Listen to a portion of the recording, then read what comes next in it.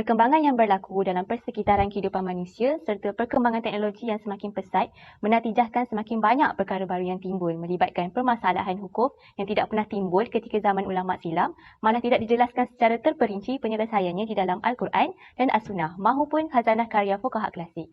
Oleh demikian, kita amat memerlukan kebijaksanaan para fuqaha untuk berijtihad bagi mencari jawapan hukum fiqh semasa yang dibawa oleh para sarjana kontemporari bertepatan dengan prinsip syariat Islam dan selaras dengan ilmu usul fiqh bagi memenuhi keperluan semasa umat Islam di lokaliti masing-masing. Sebelum kita lihat dengan lebih lanjut apakah itu peranan usul fiqh dalam fiqh semasa, mari kita lihat terlebih dahulu apakah itu definisi usul fiqh. Imam Al-Baidawi mendefinisikan fiqh sebagai ilmu berkenaan hukum hakam syarak yang bersifat amali yang diambil dari dalil tafsili bersifat juz'i. Maka daripada definisi tersebut, jelas bahawa terangkum di bawah ilmu fiqh segala hukum yang berkaitan dengan perbuatan mukallaf mengenai perkara yang diharuskan dan dilarang meliputi aspek halal, haram, fardu, sunat, harus, makruh, syarat-syarat sah yang perlu dipenuhi dalam ibadat dan perkara-perkara yang membatalkan ibadah. Jika diteliti semula dalam sejarah perkembangan hukum Islam, terminologi fiqh telah melalui beberapa fasa evolusi penggunaannya. Pada awal Islam, istilah fiqh merujuk kepada kefahaman ajaran dan syariat Islam secara keseluruhannya yang berangkumi hukum akidah, amali dan akhlak. Apabila disiplin keilmuan Islam itu semakin berkembang dengan munculnya pelbagai pengkhususan ilmu seperti ilmu kalam, tauhid, tasawuf dan seumpamanya, istilah fiqh digunakan secara khusus untuk merujuk kepada hukum-hukum amali bagi mukallaf. Maka dengan ini jelaslah bahawa fiqh perlu dikuasai dengan baik oleh para ulama, mufti dan qadi untuk memutuskan sesuatu hukum. Manakala masyarakat awam pula perlu memahami fiqh dengan baik untuk menjalani kehidupan sebagai seorang Muslim sejati. Pada awalnya, pada zaman Rasulullah SAW, perbezaan hukum tidak berlaku. Segala permasalahan fatwa dan penjelasan hukum segera dirujuk kepada Rasulullah SAW yang berpandukan kepada satu sumber iaitu wahyu dari Allah. Malah, bermulalah ijtihad oleh Khulafa Ar-Rashidin dan para sahabat yang berfatwa pada isu-isu baru yang timbul dan telah menyelahkan lagi ilmu usul fiqh ini. Mereka berijtihad dengan mendalami hukum syarak daripada nas syarak lalu melakukan kias atau berijtihad dengan menggunakan akal. Disiplin ilmu usul fiqh ini terus diwarisi oleh para tabi'in dan tabi'in. Walau bagaimanapun, mereka menyelesaikan isu-isu baru ketika itu dengan mengambil pendekatan yang berbeza, iaitu lebih cenderung beramal dengan kias atau berpegang dengan maslahah atau maqasid syariah. Orang yang pertama menulis ilmu usul fiqh ini adalah Imam Syafi'i melalui kitabnya Ar-Risalah. Beliaulah orangnya yang menulis ilmu ini dalam bentuknya yang tersendiri. Maka pada zaman kemuncak kemajuan fiqh, lahirlah pelbagai mazhab dan aliran pemikiran. Perkembangan ini diteruskan sehinggalah ke zaman para imam mazhab iaitu Imam Abu Hanifah, Imam Malik bin Anas, Imam Muhammad bin Idris Asy-Syafi'i dan Imam Ahmad bin Hanbal pada sekitar kurun kedua Hijrah. Pada kurun itu, wujudlah beberapa istilah seperti qiyas, istihsan, masalah mursalah, qaul sahabi, syara' man qablana, Sa'zara'i, amal ahli Madinah dan sebagainya. Malah, terdapat juga dua aliran yang jelas iaitu Madrasah Ahlul Hadis di Hijaz, iaitu mereka yang berpegang pada nas dan Madrasah Al-Ara'i di Iraq iaitu mereka yang menggunakan akal dalam penentuan hukum. Kesannya, banyak berlaku perbezaan pendapat bukan disebabkan oleh pemikiran tetapi disebabkan oleh penafsiran yang berlainan akibat berlainan kefahaman dan nilai intelektual. Penguasaan bahasa Arab dalam kalangan orang-orang Arab sendiri menjadi lemah pada selepas itu. Ketika itu timbullah banyak masalah baru yang tiada ketentuan hukumnya dalam Al-Quran dan As-Sunnah secara jelas. Dan hal ini menyebabkan para ulama mula menyusun kaedah-kaedah tertentu yang dinamakan ilmu usul fiqh untuk dijadikan landasan kepada ijtihad mereka. Kemudian muncullah zaman tajdid iaitu orang mula merasakan ada sesuatu yang belum cukup dan memerlukan huraian semula kerana perkembangan kemajuan yang pesat. Malah bermulalah pemikiran tentang fiqh semasa.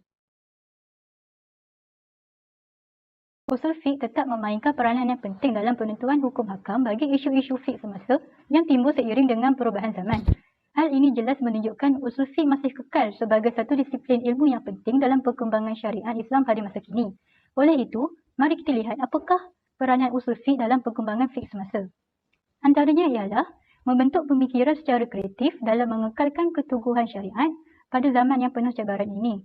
Seperti yang kita semua dapat lihat pada hari ini, masyarakat kini ramai yang terpengaruh dengan budaya hedonisme dan liberalisme yang dapat memberikan implikasi negatif terutamanya kepada generasi muda.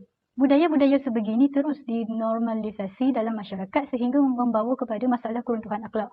Kita semua pun tahu kan, keruntuhan akhlak yang berlaku ini dapat mendorong kepada perbuatan yang ditegah syarak seperti kes pembuangan bayi yang semakin menjadi-jadi pada hari ini. Jadi, semua nak tahu tak, kaedah usul fiqh iaitu kaedah as-sabr wa taqsim dapat diaplikasikan dalam mengenal pasti serta menyenaraikan segala kemungkinan punca berlakunya kes pembuangan bayi. Oleh itu, kaedah sabr wa taqsim ini diaplikasikan sebagai satu usaha mengekalkan kedaulatan syariat dari masalah keruntuhan akhlak yang amat dicela oleh Allah Subhanahu wa taala. Yang kedua, usul fiqh berperanan meneliti pandangan-pandangan fuqaha sedia ada yang terdapat dalam khazanah fiqh Islam. Jadi bagaimana kita nak tahu cara mentarjihkan pandangan-pandangan fuqaha ini? Hal ini apabila terdapat isu-isu baru timbul yang mempunyai persamaan dengan isu-isu lama yang telah dibincangkan oleh para fuqaha terdahulu. Jadi menjadi satu tanggungjawab para sarjana fiqh ini membuat perbandingan isu antara satu sama lain, memilih dan mentarjih pandangan yang paling bersesuaian dengan keadaan dan keperluan semasa.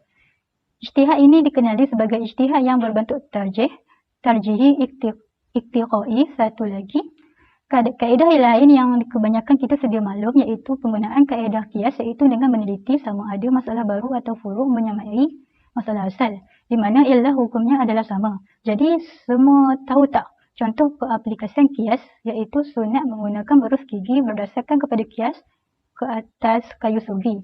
Namun penggunaan kayu sugi adalah lebih afdal.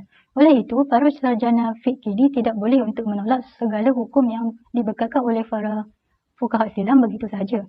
Hal ini kerana terdapat hukum yang diputuskan pada zaman silam tetapi masih sesuai digunakan, terutamanya yang melibatkan isu-isu asas dan terdapat persamaan antara nilai zaman silam dan nilai pada masa kini. Akhir sekali, usul fiqh berperanan memelihara persyariatan hukum-hukum syarak dengan tidak berpandukan akal dan hawa nafsu semata-mata. Para sarjana fiqh tidak boleh keterlaluan dalam menggunakan kayu ukur maqasid syariah sehingga mengabaikan nas-nas syarak. Ini kerana, untuk pengetahuan semua, terdapat kecenderungan dalam kalangan para ilmuwan hari ini menggunakan maqasid syariah sehingga melebihi nas-nas syarak. Contohnya, isu hangat tercetus baru-baru ini apabila terdapat golongan feminis liberal yang menolak perkara asal, contohnya pembahagian hukum faraid yang disebut di dalam Al-Quran. Hal ini atas alasan untuk menjaga kemaslahatan golongan wanita yang pada hari ini mempunyai profesi seperti golongan lelaki dan berkongsi dalam menyara keluarga. Oleh itu, usul fiqh mengambil peranan memelihara nas-nas Al-Quran dan As-Sunnah dengan mengutamakannya dari penggunaan akal manusia yang terbatas. Oleh itu, jelaslah di sini usul fiqh amat memainkan peranan dalam menyelesaikan masalah-masalah fiqh semasa pada hari ini.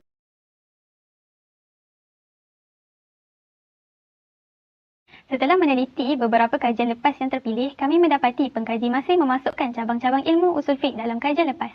Antara yang boleh kita lihat, pengkaji menggunakan instrumen hukum dalam mengaitkan kajian mereka dan mendapatkan satu solusi yang selari dengan instrumen hukum dan syariat Islam. Artikel ini bertujuan untuk menjelaskan status harta sepencarian menurut pandangan syarak dan amalannya dalam perundangan Islam di Malaysia. Ia diiktiraf oleh Mahkamah Syariah di Malaysia berdasarkan dua dalil iaitu uruf dan maslahah yang merupakan sumber hukum syarak yang berlandaskan Al-Quran dan As-Sunnah. Para ulama fiqh klasik tidak menyebut berkenaan harta sepencarian dalam perbincangan bab-bab fiqh perkahwinan atau bab-bab lain dalam buku-buku fiqh mereka. Namun begitu, ulama kontemporari telah menjumpai dasar yang sah dan dalil yang kuat dalam mengiktiraf serta menerima harta sepencarian ini. Justru, fatwa-fatwa telah menjelaskan tentang kebenaran dan status harta sepencarian di bawah undang-undang Islam dan diamalkan dalam undang-undang keluarga Islam di negara kita. Jumhur ulama berpandangan bahawa uruf ataupun adat adalah merupakan salah satu sumber rujukan dalil hukum syarak yang dapat digunakan untuk mengetahui hukum isu-isu fiqh klasik maupun kontemporari jika terpenuhi syarat-syaratnya. Masyarakat Melayu yang telah lama mengamalkan uruf ataupun adat ini iaitu jika suami meninggal ataupun berlaku penceraian, harta yang diperoleh di antara mereka dalam tempoh perkahwinan dibahagikan dengan kadar separuh ataupun kurang daripada itu, bergantung kepada takat sumbangan isteri. Amalan uruf ataupun adat ini masih diamalkan sehingga ke hari ini. Oleh kerana tidak terdapat keburukan ataupun kemudaratan dari amalan ada ini kepada manusia. Bahkan sebaliknya, kebaikan dan manfaatnya adalah lebih banyak daripada keburukannya. Harta sepencarian termasuk dari maslahah mursalah yang mana pelaksanaannya akan membawa kepada kebaikan kepada wanita seperti dapat terpelihara daripada akibat diceraikan dan membantunya untuk meneruskan kehidupan yang baru bersama anak-anaknya selepas berlakunya penceraian atau jika suami berkahwin lain.